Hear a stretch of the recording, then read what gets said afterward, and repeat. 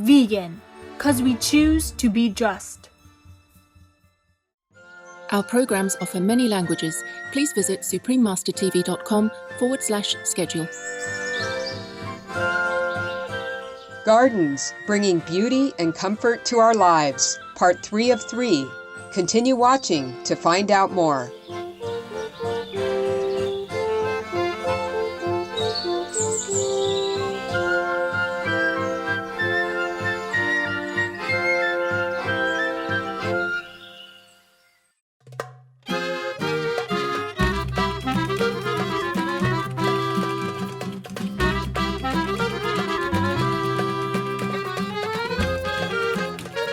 Shkami, that's how you say hello in Albanian when you greet the friendly citizens of the Republic of Albania.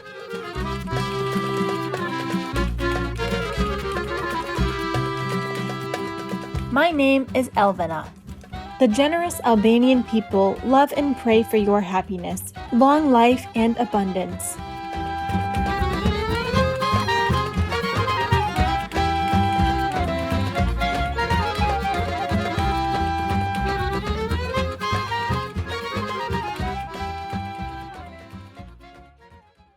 Welcome to the third episode of our 3-part show, Gardens, bringing beauty and comfort to our lives.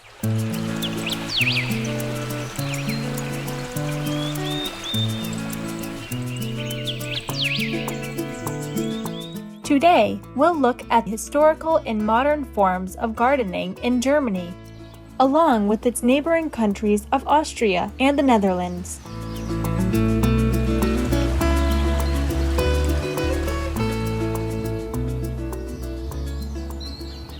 The traditional German garden was heavily influenced by the English landscape garden, which, as we showed in our first episode, emerged in the early 18th century as a presentation of an idealized view of nature, with gently rolling lawns, lakes, bridges, and picturesque architecture such as classic temples and Gothic ruins.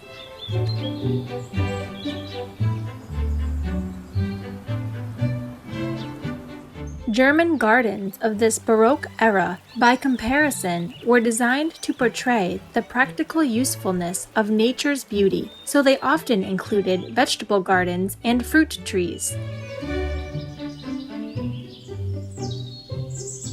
German gardens were designed to portray the ideals of German Romanticism, the prevailing intellectual movement among German-speaking countries in the 18th and 19th centuries, in which intellectuals strove to create a new synthesis of art, philosophy, and science.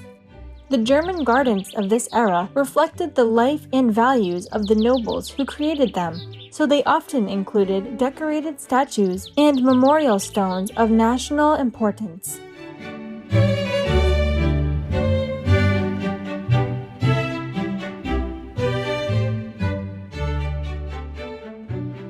One famous German garden is Sanssouci Park, located in the historical city of Potsdam near Berlin. The park surrounds its namesake Sanssouci Palace, a beautiful villa which was built by His Majesty Frederick the Great, King of the German Kingdom of Prussia, from 1745 to 1747, as his summer palace. Sanssouci and its gardens became a UNESCO World Heritage Site in 1990, and it's now visited by over 2 million people each year from all over the world.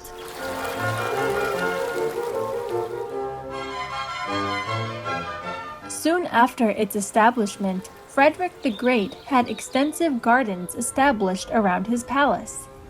These included over 3,000 fruit trees, comprising of oranges, melons, peaches, and bananas, as well as vegetable gardens and flower beds, all surrounded and protected by beautiful hedges. The gardens have been extensively added to over the years and now include a church of peace, a temple of friendship, a Chinese-style house, Roman baths, marble statues, and artistic ruins, which symbolize political progress along with the remains of a heroic past. Like most European gardens from this period, the parks also feature fountains which were originally powered by ingenious steam engine technology.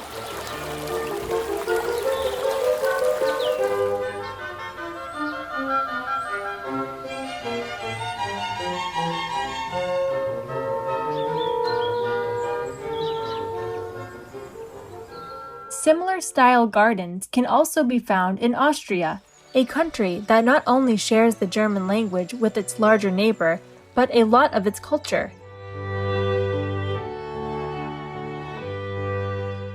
Some of its most charming gardens can be found at the famous Schönbrunn Palace in Vienna, Austria's capital city. Schönbrunn, meaning beautiful spring, was named after a well which supplied the palace with water. Schönbrunn has a long history dating back to the 16th century, while the beautiful palace we see today was built during the middle of the 18th century.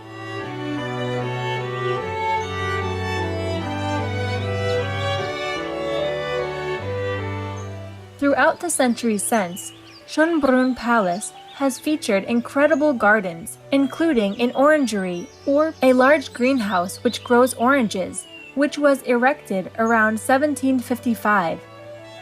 Another large greenhouse which opened in 1882, featuring plants from all around the world, and other botanical gardens.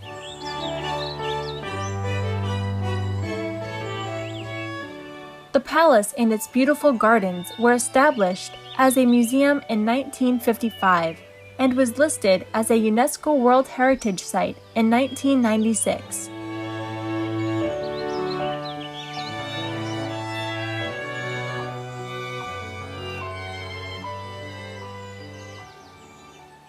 We can see that gardens have a long history in Germany and its neighboring countries. But how is it incorporated into modern society? How can gardens contribute to a healthy living environment and atmosphere for the millions of people who live in busy, densely populated cities? Is there still room for gardening in this modern world?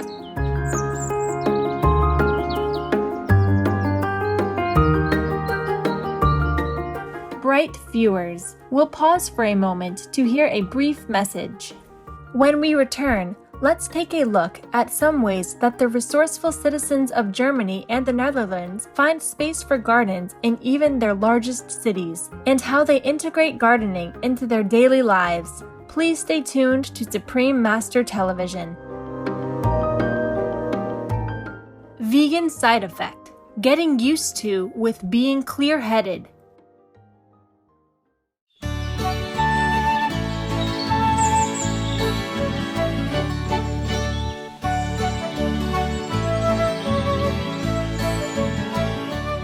Welcome back to our show profiling gardens and how they bring beauty and comfort to our lives.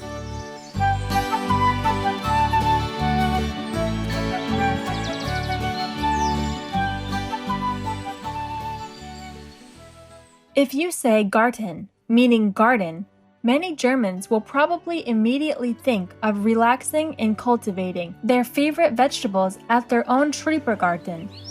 Schriepergartens, which are also called Kleingardens or garden colonies, are tiny plots of land usually located on the edges of cities, which people can rent for a small fee.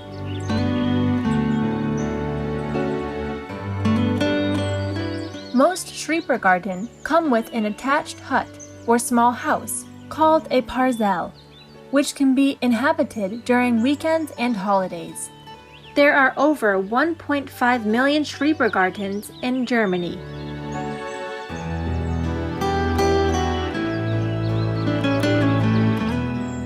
The concept of the Schriepergarten was the brainchild of Dr. Moritz Schreiber, a physician from the University of Leipzig, who specialized in the health of children and the consequences of rapid urbanization early in the Industrial Revolution. He was particularly concerned that children whose families moved to the cities for work would grow up physically and emotionally impacted if they didn't have an opportunity to play in the countryside. He insisted that playgrounds be built for them to enjoy a more natural environment. In 1864, 4 years after his death, the Schriepergarten organization was named in his honor, which organized fields for children to play in. To enhance the air quality and offer an opportunity to grow fresh food, vegetable plots were soon added to these playing fields. Over time, these playgrounds gradually changed into family garden plots, and they provided a much-needed source of healthy food for many families well into the 20th century.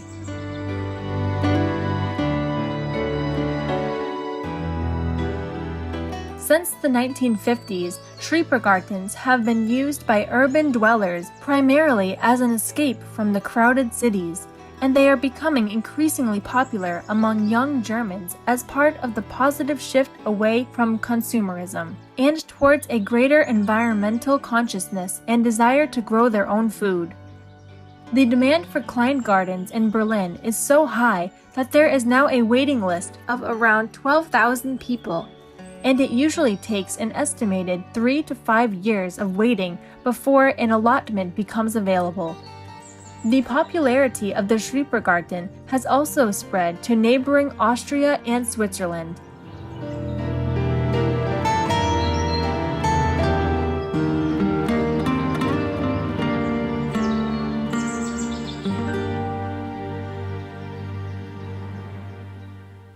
But what about densely populated cities that don't have the space for allotment gardens? Dutch architect Stefano Boeri in the city of Utrecht has a solution. His Wonderwood project consists of constructing a 90-meter-high vertical tower which will house 10,000 plants of 30 different species. It will also provide about 200 apartments to help solve the city's housing shortage.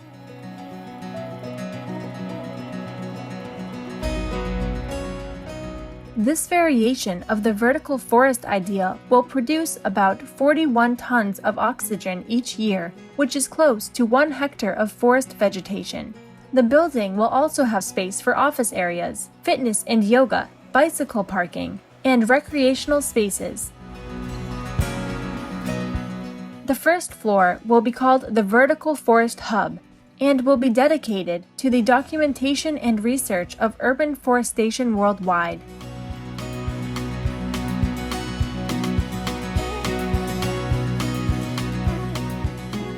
But greening cities don't always need available land or even new buildings. In the last episode of our show, we discussed how rooftops in London are being converted into green roofs, which provide food and a space to enjoy fresh air and nature. In Germany, the city of Stuttgart has been subsidizing rooftop gardens since 1986, and over 60% of the city's area is now covered in vegetation. This highly successful project has been shown to significantly improve the city's air quality. The capital, Berlin, is now following Stuttgart's lead in greening rooftops.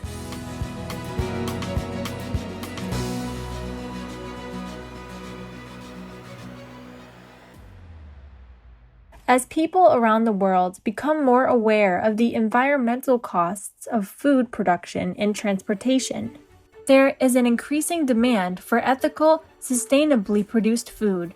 As well as being vegan, it's also good to eat food which is locally produced.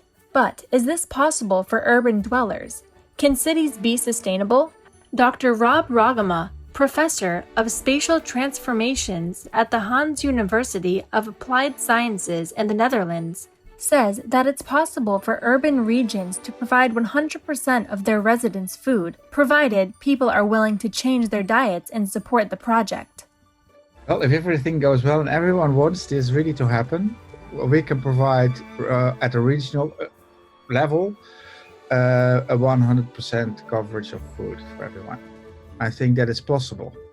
If you calculate the available space that is not used for anything else at the moment in Amsterdam, it is around 12.5% of the total area. And on this area, if you use that for urban agriculture production, we can feed 25% of the local population of Amsterdam. So if you take the city and then you take the area around it like 4 times the area, that is enough to grow all the food that you need.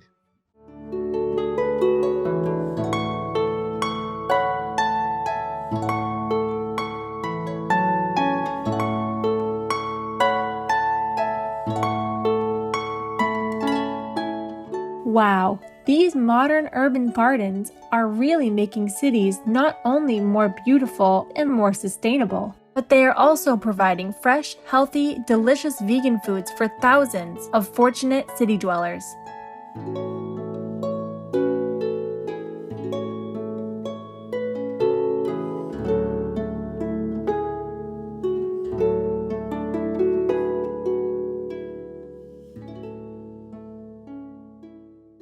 Charming viewers, thank you for your company today during Gardens, Bringing Beauty and Comfort to Our Lives, Part 3 of 3.